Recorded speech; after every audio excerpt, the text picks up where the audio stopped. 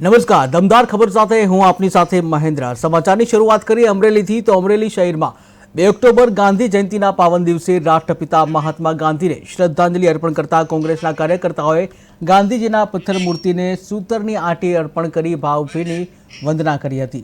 ત્યારે ગાંધી અમર રહોના નાદ સાથે કાર્યકર્તાઓએ રામધૂન પણ ગાઈ હતી અને જય જવાન જય કિસાન તથા જબ તક સૂરજ ચાંદ रहेगा ગાંધી તેરા નામ रहेगा જેવા સૂત્રોચ્ચાર પણ કર્યા। ત્યારે સમગ્ર કાર્યક્રમમાં શાંતિપૂર્ણ અને ભાવાત્મક માહોલ જોવા મળ્યો।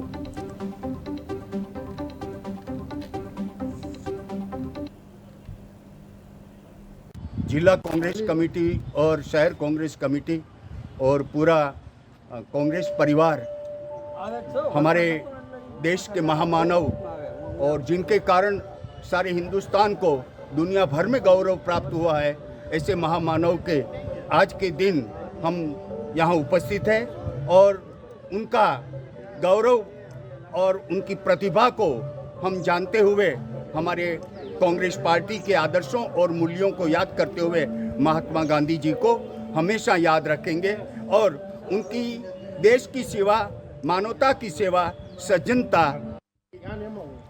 जिला कांग्रेस कमेटी और शहर कांग्रेस कमेटी और पूरा कांग्रेस परिवार हमारे देश के महामानव और जिनके कारण